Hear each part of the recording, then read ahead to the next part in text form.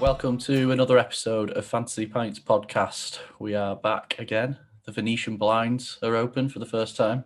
James? We're back and we're ready to do it all again. Sean, I can just about make you out. You're a bit of a silhouette when the blinds are open, but I like it. I like the change of scenery. Well, that is why they're usually shut, to be fair, but, I thought I'd mix things up a bit this week. I like it. Also, as we're moving towards the sort of lighter nights, obviously we tend to record these in the evenings. Historically, if the blinds had been open, it probably would have been dark outside, whereas got a bit of light today. And that is good news. I've just pointed out before we started recording that Sean is already ready for our football match, which we have in about 2 hours, 2.5 hours. And I'm wondering how he can be so punctual this week when he was 10 minutes late last week. Explain. Well, I've kind of learned from my mistakes, so I got ready at midday today. As they say, piss poor preparation leads to piss poor performance. And so it did. Yeah. So what have you been up to? I'm assuming you're back gigging now with the new rules this week. Yeah. I've got some gigs. I have had a few. I've had some beer garden gigs. I know I've alluded to that previously, and those will continue, thankfully. But in addition to that, this week I've got a garden party for a gent who I know through music. He came and saw me at a bar in Chorley once, and he messaged me and asked me if I could come down and play in his garden for his 30th. So I'm looking forward to that on Saturday afternoon. I've got a gig inside in a pub on both Friday night and Saturday night. And I will also at some point have some inside and outside gigs at my regular slot at the Irish Bar in Liverpool, Punchtamies. But those dates and times are yet to be determined. I'm waiting for the call. So It's all good. Live music on a local level is back, and it is busy.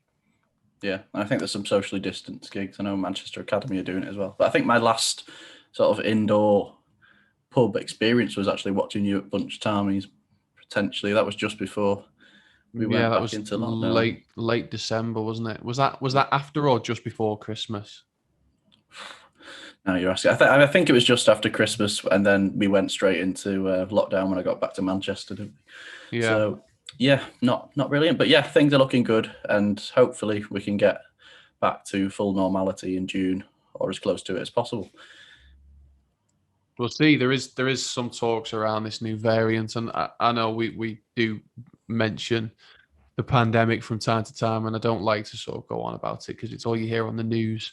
But I'm just hoping that the Indian variant can be controlled alongside, obviously, increased vaccine distribution, and that will hopefully not, or hopefully will mean that there will not be a delay in a restriction-free life, which we're all hoping for from the 21st of June. Yeah. And we've got a guest on this week again. He's an actual musician. I think we only had one musician on before, haven't we? Joe Astley, yeah. Yeah. And we've been trying to get this one out for a while, but I think things kept happening. Obviously, the Super League happened, and then we had Ben Osborne, so we got that out because it was topical, and then Sefton Park happened, and obviously we got the KTO in one out. So now I think we were considering going to 2 a week, but we've stuck to it, and now we can finally get it out. And I'm looking forward to being able to release this one tomorrow. We're filming this on Wednesday, this intro, and obviously it will be released to you tomorrow morning, and I'm looking forward to seeing your comments when you've heard it. He's a fantastic young artist, balancing his A-levels alongside releasing some really fantastic music and getting his name out there on Spotify. Yeah, and he's also picking up a fair bit of radio play and new music promotion on Twitter. So, looking forward to listening back. Obviously, it was recorded a few weeks ago, but we can finally release it. So, yeah. And let's get him in. And this week we're joined by a young singer-songwriter, just released his latest track, Down by the Races. It's Felix Hill. How are you doing? I'm good, thank you. Thanks for having me. No worries. Thanks for joining us, mate. It's a pleasure to have you on. Thank you. Yeah. And as I just said, the new single's out. I've seen it quite a bit on social media. Could you give us a bit of a background on it first? Sorry. Yeah. I wrote it during lockdown. It was difficult at the time to sort of be inspired by anything. It was kind of inspired by actually my brother's trips to various horse racing events and things. I just sort of started thinking about anything that could sort of inspire me, and I sort of kept circling back to this sort of horse racing theme about all the great times he told me he'd had there. So I started writing a song about that, recorded it in my attic, which is where I record all songs with just a mic, and then released it. Yeah. And it was perfect timing, wasn't it? Because it was released around the time of Aintree, wasn't it? The Grand National. Yeah. I'm assuming that was intentional. Yeah, it worked out well. We wanted to get out around then, and we did. So yeah, we did well there. Yeah. And what's the reception been like for you personally? Because as I said at the start, I think I've seen it quite a bit on social media. It's been on a variety of playlists, hasn't it? So what's it been like for you? Yeah, it's been great. Everyone who's just had lots and lots of support from everyone who's heard it. People have been sharing it around, adding it to playlists. Had support from radio stations as well, with Radio Access Manchester adding it to their evening playlist for 4 or 5 weeks. So yeah, it's been really good. Really nice to see it. Yeah, we had Jim on last week from the evening show. So I'm assuming is that who added it to the playlist? And yeah, it was Jim. Yeah. Have you received one of his comparisons? We were talking about how he loves to give new artists a comparison between two famous. Yeah, I did. I think he said the love child of Morrissey and Paul Weller, I think is what he said. Wow, I like that. Yeah. I like that. So far on the podcast, we've had the love child of Morrissey and Paul Weller. We've had Killers meets Springsteen, and we've actually had Jim himself, the author of these these fantastic comparisons. I was going to say, so your new song, you've just described the way you've just described it. You've basically written it from a third-party experience, haven't you, rather than a personal experience? And that must be quite difficult to do. So, like you say, in lockdown, you were struggling for inspiration. So you've taken experiences that presumably your older brother has had at the races. Mm-hmm. How did you come about? Obviously, you've kind of explained how you landed on the races, but I think that must be a difficult thing to do, to write somebody else's narrative, if that makes sense. Yeah, well, because it wasn't me, I guess I had a lot more artistic license to sort of, I don't know, bring my own sort of spin on it. So a lot of it I'd seen pictures of him and stuff and him talking about it. So I'd kind of just intertwined his narrative with my own sort of story and some of my own sort of experiences as well. Just try and create something fresh and interesting to listen to. I like it. Love it. And how frustrated has it been that you can't go out and gig the new song? Obviously, you might be able to in the near future, but that's comes part and parcel with most new singles. So what's that been like? Yeah, it's very frustrating, but everything seems to be improving and sort of getting better. So it's kind of been something to look forward to, really, playing live again, because the release I did before that as well was also released in lockdown. So I've also not been able to play that new one live yet. So I'm just very, very much looking forward to playing some live gigs again. Can't wait. Yeah. Had you done much gigging pre-lockdown? Because obviously you're quite a young singer, but had you managed to get out much?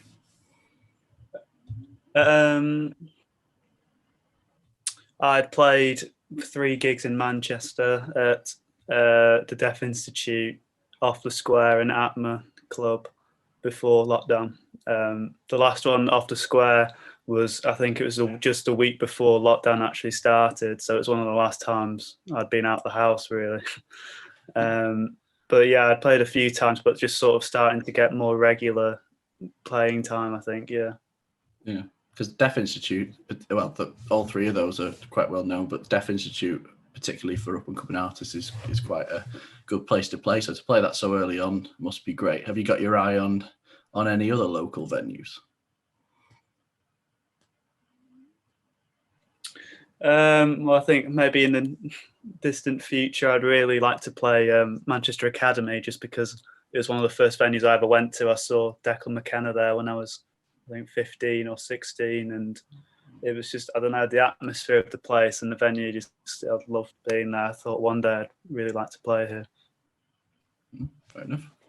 Really makes me feel old when you say that you saw Declan McKenna. It was your first gig when you were 15. My first gig, I think, was also at Manchester Academy when I was around 14, 15, and that was Yumi at 6. And the height of their sort of musical fame, if that makes sense. So for yours to be Declan McKenna, who, to be fair, in his trajectory is still relatively up and coming.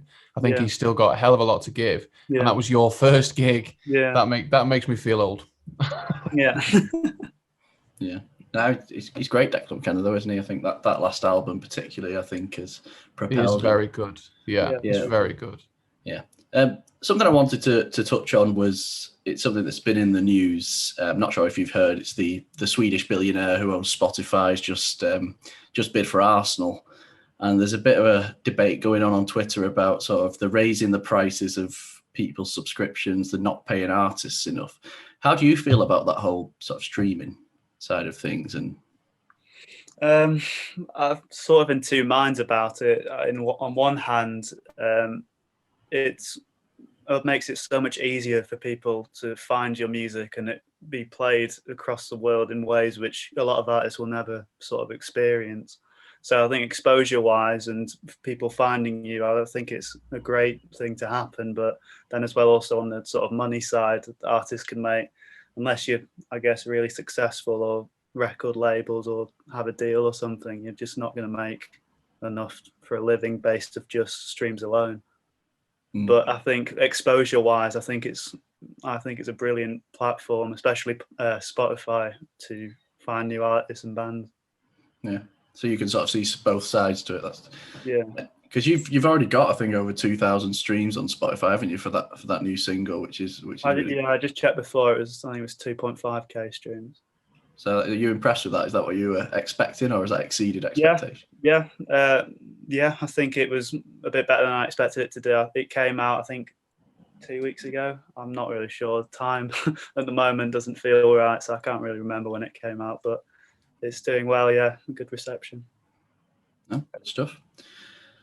I was going to go on to the theme of the podcast, but beforehand, it's probably worth mentioning, because obviously it's Fantasy Pints, it's about beers, and being a young lad who's just gone straight into lockdown at the age of, how old are you now? 18. 18. Are you a drinker? Is it the most frustrating time to go into to a pandemic with everywhere shut? Yeah, I'm a very social person, I'd say. Just before sort of lockdown, I was 17 when we went into lockdown, so I couldn't really go to sort of pubs and stuff. But now with things opening up a bit, it's good to go to the pub at the end of the week after college and stuff. So that's been good. Out in a few beer gardens then. Yeah, one or two. Yeah, it's We've had the to weather find... for it, haven't we? So yeah, it'd be nice. Yeah. I just imagine there's going to be a big surge of people going to like the nightclubs, like 42's, the venue, because there's going to be people who's never been and who must have just been thinking about it for like. I hadn't even given that any thought, but that is crazy, isn't it? Yeah. Some of these people would have been 16, when we first went into lockdown. Obviously, people that are now 18 and will be able to go into those clubs would have only just left school. Crazy. I think they're going to have to make it ticketed events. But anyway, yeah. So the concept is you pick 3 musicians, past or present, that you can go out for a drink with. Who's your first choice and why? I'd probably say my first choice would have to be Alex Turner, I think.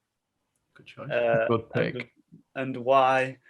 I think even from sort of the amount of stuff and sort of the crazy rise that they had, I think even in that short amount of time from releasing that first album to sort of, headlining festivals and stuff, I feel like he must have a hell of a lot of stories to tell and lots of wisdom and stuff to give to other songwriters, especially.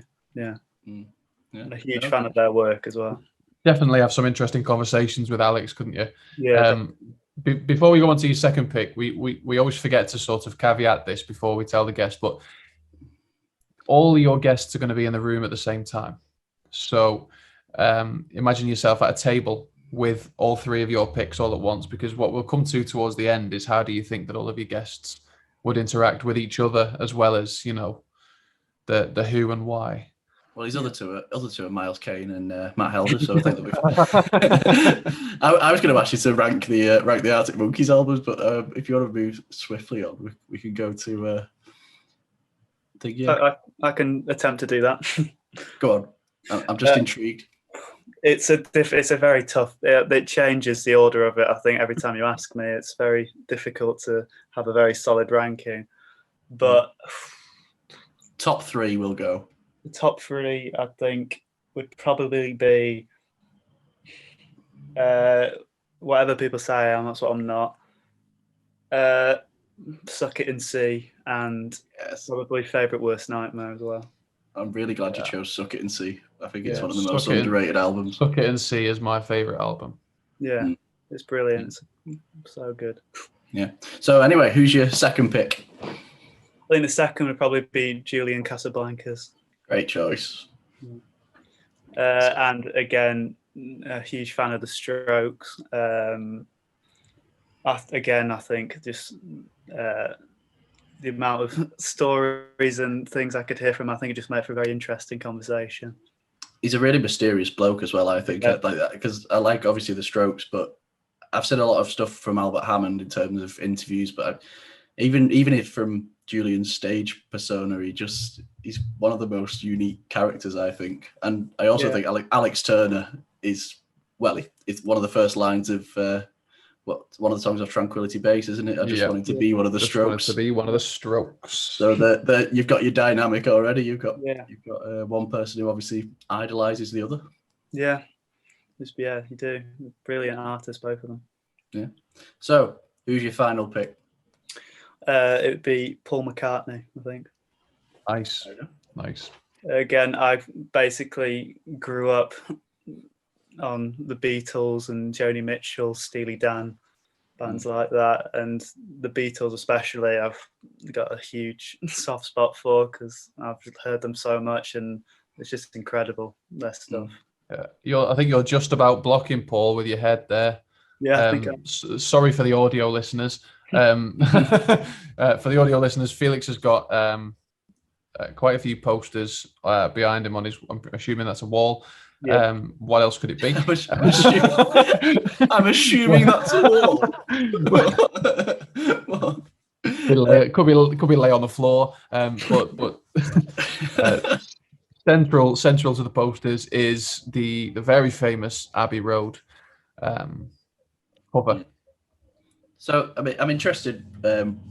Why have you gone for Paul out of the Beatles? Because I think the most popular choice has been John when I did this in interviews and obviously when we started the podcast. So what is it about Paul that you relate to? Well, initially when you asked me to think of the three artists, I was going to put George Harrison down, but I thought maybe Paul, because it's not just the Beatles as well. I feel like the solo stuff that he went on to, and then also the Wings stuff, and even the working with other artists he's doing now as well. I feel like longevity wise, he's got a lot more to tell. I guess he's just done a lot more as well. Yeah, and so he would be sat next to two trailblazers of sort of modern indie music, whereas I suppose he's a trailblazer of music as we know it. So what do you think he thinks of that sort of noughties era of indie? Do you think he'd be up for that? I think he would be. He probably is quite a big fan of Arctic Monkeys for sure, and I feel he would be a big fan of the Strokes as well. I think he'd admire a lot of what they've done. I think it's hard not to see how good that they are, really, as artists, both of those bands. Yeah, you'd be surprised. I've had many a debate with people, but yeah, you can't please everyone, can you? But, no, you can't. No, three good choices. Thank you. So moving on, what's on a final note, what's your plans now for 2021 in terms of new releases, new music? Have you got anything coming up that you want to shout about? Well, in a few weeks' time, I've got the second set of my A-level exams before any music stuff can go ahead. Actually, that's a point I was going to ask you about. You've been juggling A-levels with releases, obviously during this whole mad time. How have you managed to focus on them? It's really, it's been more sort of realizing that I've not got long left of school and to just utilize my time as best as I can, because I also play a lot of football as well. So I've always had to sort of juggle my time pretty well together. And I love doing music and releasing it and writing and recording. So I'm always going to find time to do that. But to not prioritize it is quite difficult, especially at the moment. Yeah. We'll not get too deep into football politics because Sean could talk your ear off for about 6 hours. But who do you support? I support United. Good pick. That's the right answer. Yeah. So once your A levels are out of the way, is there anything after that? Yeah, I'm currently recording a song, which I'm hoping will be out sort of summertime. And then I'm hoping, I've also actually got one already done, just ready to be sort of put in the system. So I'm hoping that I might have 3 more out this year. Excellent. And where can people find you on social media? Obviously Spotify, you'll be Felix Hill. Yeah. Where can people find you, and where can people find your music? Well, on social media, my Instagram is just Felix Hill, and my Twitter is Felix Hill Music. And then I'm on all major streaming services, so you can just search Felix Hill on there and you should find me. Brilliant. Thanks very much for your time. Thank you for having me. Felix, it's been an absolute pleasure, mate. Best of luck with your exams. And new releases. Hope that all goes well for you, and your new releases as well, and we'll be looking out for you. Okay, thank you very much. Good stuff. Cheers, mate. No worries. Cheers. Yeah, so that was Felix Hill, his latest single, Down by the Races. You can stream across all services. It's doing really well. So yeah, it was a good chat, wasn't it, James? Was really, really inspirational young man, actually, balancing a fledgling and already successful music career alongside doing his A-levels. And the chat that we had about Down by the Races is his newest single, where he basically explained that he'd written it from his brother's experience as opposed to his own. And I think that's quite a talent, and it's not something that everybody's able to do. Because obviously at the time of writing the song, he wasn't actually old enough to have been able to have, an experience at the races. Yeah. So he's written it from his brother's perspective. I think it's brilliant. I think it's genius. Yeah. I'm sure he's buzzing to be. He's probably looking forward to 42's, the venue, the local clubs in Manchester. Now he can finally go. Not sure if he may have been before, but we know he can legally attend now. And I think. Yeah, like you said about that, it was quite interesting that it was written from a different perspective. I think I heard about the Your Girlfriend by Blossoms, I think was the same. I'm pretty sure that was like an overheard conversation, although I've heard a few different things about that. But yeah, it was interesting. Yeah, it is fantastic. Yeah. And one last thing to point out just before we close is we've got 2 tickets to give away on Twitter for Why Not Festival. So it's a really good lineup. It's Stereophonics, Bombay Bicycle Club, Blossoms, DMAs, James. Off the top of my head, it's a stacked lineup. So yeah, 2 tickets to give away, and it closes next month. So head to Northern Chorus _ on Twitter to enter that one. And then you can also find us on Facebook, Northern Chorus UK, and Instagram, Northern Chorus. John, why would people want to go to that festival? I'm not doing that again. See you next week.